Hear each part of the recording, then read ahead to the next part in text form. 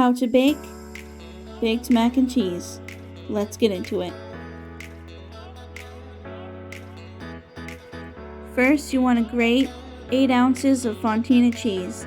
If you don't have a grater like this, just try to cut it into small thin strips then, the best you can.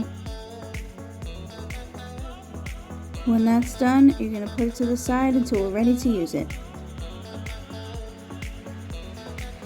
In a large pot, you're going to start boiling some water for your pasta.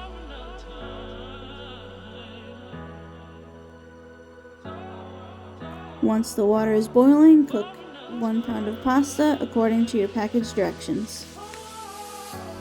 Don't forget to stir. Before straining, reserve a half a cup of your liquid.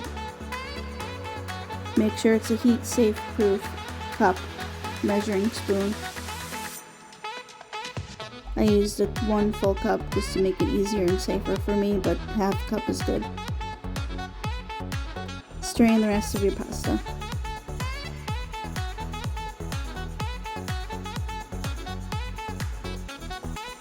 In the pot we just cooked the macaroni in, melt 2 tablespoons of butter. Mix it with 2 tablespoons of flour once the butter is melted. Add 1 teaspoon of Dijon mustard, 1/4 teaspoon of salt, and 1/4 teaspoon of pepper. Whisk until well combined.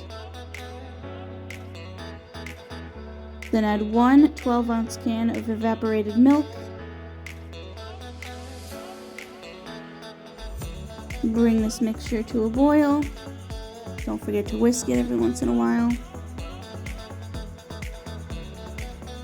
And then cook, reducing the heat until it's nice and thick, about 1 minute.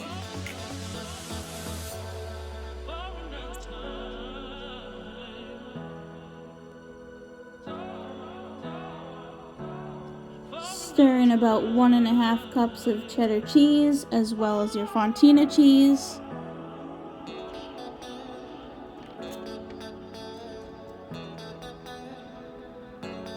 As well as your half cup of reserved cooking liquid.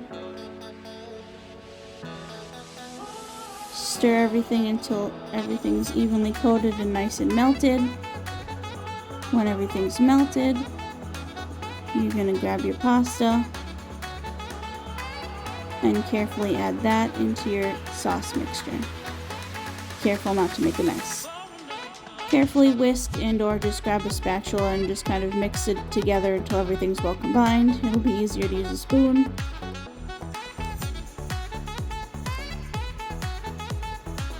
When that's nice and coated,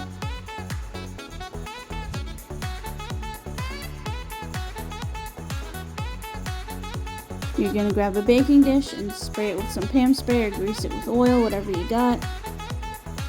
And then you carefully pour everything into your pan as evenly as possible.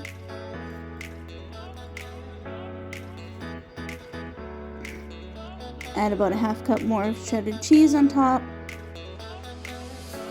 You want to bake it at 375 degrees for about 15 minutes until everything's nice and melted. At that point, feel free to turn on the broiler for about 2 or 3 minutes so it gets a little blistered on top, if you'd like that.